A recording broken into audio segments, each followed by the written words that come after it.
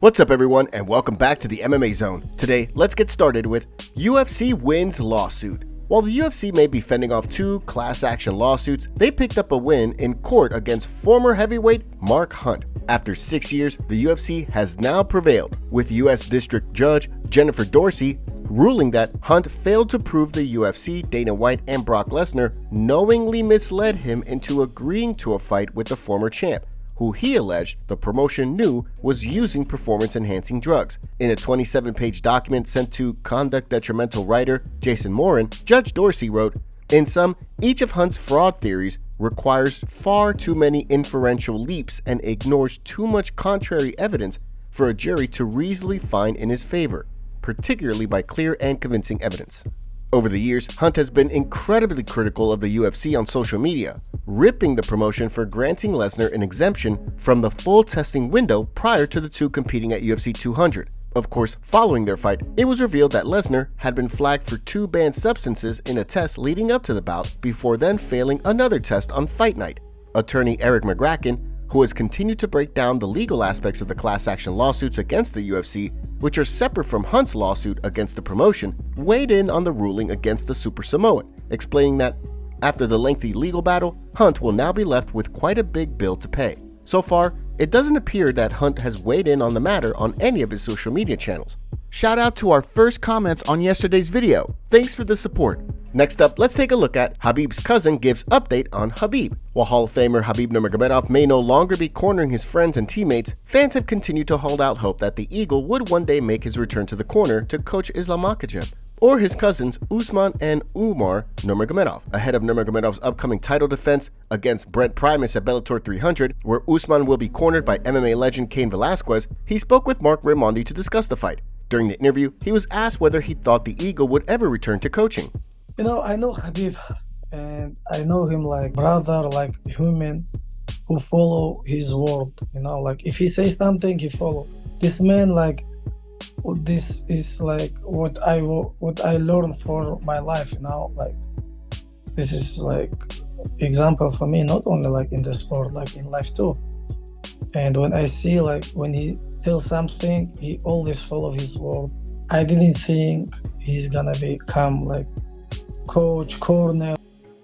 As Nurmagomedov went on to explain, Habib declines his offer to attend his fights live, joking that when he watches on TV, he has nobody sitting in front of him. Whether or not the Eagle ends up changing his mind down the line, only time will tell. Now, let's shift gears and take a look at Stephen Thompson reveals shocking news. The ongoing saga regarding Stephen Wonderboy Thompson's missing paycheck for his canceled UFC 291 fight with Michel Pereira has seemingly been resolved. On the heels of an announcement indicating Thompson and Shavkat Rakhmonov would be competing at UFC 296, Wonderboy has revealed that it's his understanding the UFC will give him back pay for the canceled bout with Pereira. While speaking on Chris Weidman's Won't Back Down podcast, Thompson spoke about the fight and the very public dispute regarding his pay, saying, "I expected really not to get paid, but obviously my manager and everybody was like, hey, you showed up, you should be getting something, right?" So I'm like, yeah. So the managers went and chased that. So, here I am right now, and I haven't seen any money yet, but I do believe that they are going to. I think the deal is that when I fight Shavkat, they're going to add on what they owed me for the last fight. As Thompson explained, should Rakhmonov win at UFC 296, he'll likely find himself in the #1 contender spot.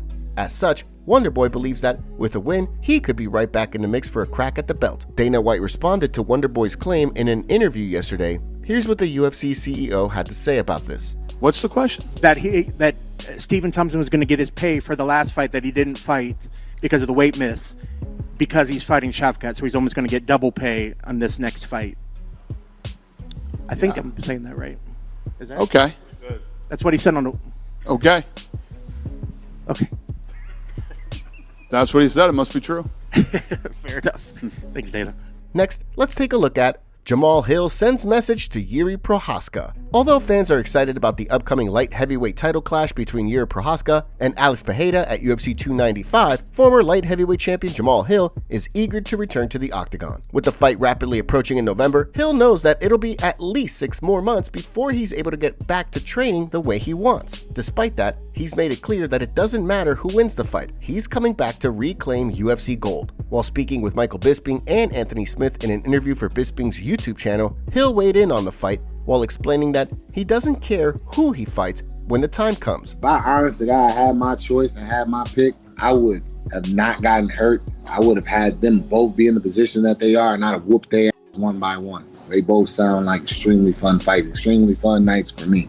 As Hill looks to return before next summer, it'll be interesting to see who sits atop the division when he returns. Next, let's take a look at Colby Covington TRASHES UFC belt. While many members of the MMA community have come around to the idea of the BMF belt after the sensational performance Justin Gaethje put on against Dustin Poirier, Colby Covington is of the mindset that the belt is little more than a promotional tool. While speaking in a recent interview with James Lynch of My MMA News, he took aim at the BMF belt. It's nothing more than a participation fight to cater to their guys that could never win the undisputed strap. So, good for them. Their little side circus show, winning your little participation trophy. Good for you, man. But you're not the best. You're not the undisputed champion. You're not the best fighter on planet Earth. You're just, nothing more than a promotional tool, and they were used to promote that fight. They need a title fight, to sell a pay-per-view. So, good for them. In the wake of UFC 291, there's been plenty of talk regarding whether or not Gaethje should defend the belt. While the original BMF, Jorge Masvidal, joked that the highlight should defend the title against him, it sounds as though a number of fighters, including Max Holloway and Alexander Volkanovski, are eager to compete for the BMF belt. Given that,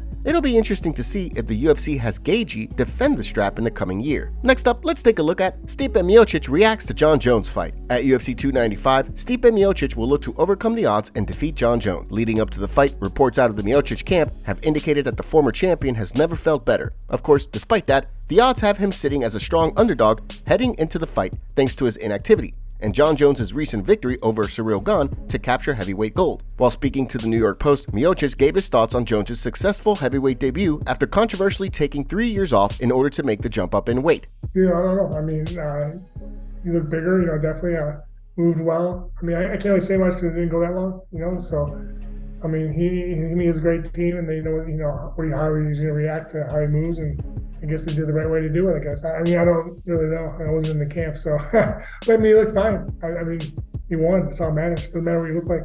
With Jones' fight against Gane ending so quickly, many are eager to see how Jones looks in a longer fight at heavyweight that extends beyond the first round. The big question is whether Miocic can provide that challenge after a hiatus of his own. Paddy Pimblett will lose to Tony Ferguson. Chael Sonnen has made his pick for UFC 296 clash between streaking Scouser, Paddy Pimblett, and former interim lightweight champion Tony Ferguson. Despite the fact that the odds have Ferguson sitting as a pretty heavy underdog leading up to the fight, Sonnen believes El Cucuy will finally snap his 6-fight skid. He spoke on a recent video for his YouTube channel about the fight, concluding that while Ferguson may be in the twilight years of his career, he's proven that he shouldn't be counted out. Tony Ferguson's a tough night for anybody. And Tony only has fought real killers. I mean, these guys that have got the nudge on Tony are the best of the best. Tony Ferguson, until just recently, has been ranked in the top 10 for his entire career. Paddy the Baddy has never arrived. It's a matter that Tony just slid out of the top 10. Paddy the Baddy's never been in the top 10, never even threatened to be in the top 10. The fight will notably see Pimblett look to return in a big way after missing the entirety of 2023 so far while recovering from ankle surgery. The last time the Baddy competed inside the octagon, he controversially defeated Jared Gordon in a fight many thought he lost. Dana White reacted to the backlash over Paddy Pimblett versus Tony Ferguson. Here's what he had to say. I think a lot of people think that Paddy is unproven. And I think a lot of people feel like this is a fight that Tony isn't in deep water like he's been in his last several fights. I think the matchmaking and the timing on this fight is excellent and couldn't be more perfect.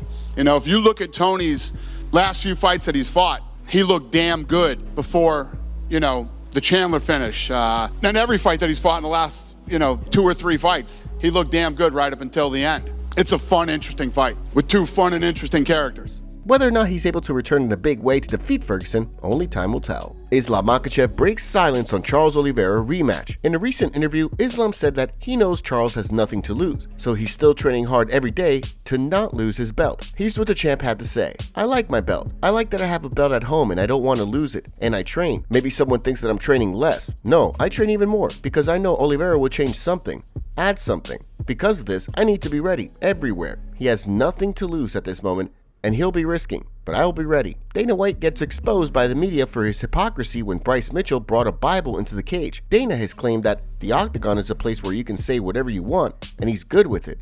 But he's also asked fighters before to keep religion out of the octagon before. Michael Bisping awkwardly rejected the request, seemingly per the UFC's request. But Dana had this to say about the situation. I wanted your reaction to Bryce Mitchell bringing his Bible into the cage and saying freedom. Like, what was your reaction when you saw that? I got no reaction. You know how I am here. Whatever you're into, man, there's no muzzles here. Whoever you are, whatever you believe, whatever you think, we've heard it all, seen it all, and well, we think we have. Well, who knows what's next? But, you know, this is one of those places where you say what you feel and you say what you want, and it's all good with me. MMA fans quickly exposed Dana White for his comments, bringing up past interviews where he said this. But the reality is this. You just won the biggest fight of your career, you know? America doesn't want to hear your thoughts on Jesus, and keep that stuff at home. Religion, politics, all that stuff. When you're out there fighting and you're being interviewed, they want to hear about the fight. It's awesome that you love Jesus. Love Jesus all you want.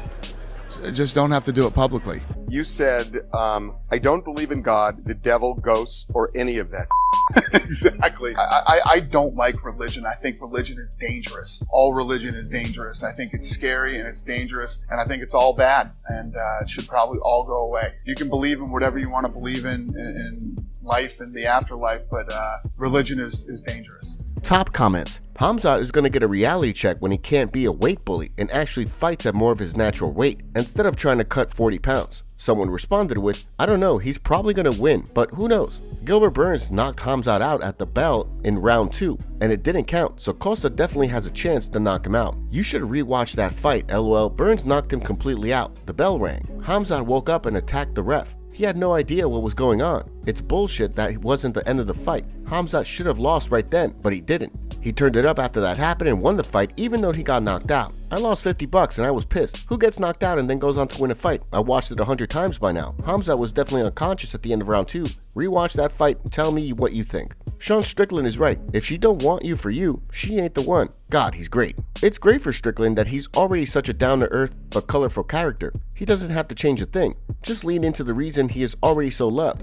Keep busting heads and the world is his. I think they will do the rematch. I hope they do, so Sean can get every dollar possible with that PPV pay. Even though Izzy shouldn't get it, but it will make Sean the most money. Make sure to leave a comment and you might get featured in our next video. Thanks for watching. If you enjoyed, make sure to subscribe and turn on notifications to never miss any MMA news. Check out our video from yesterday if you missed it. See you tomorrow.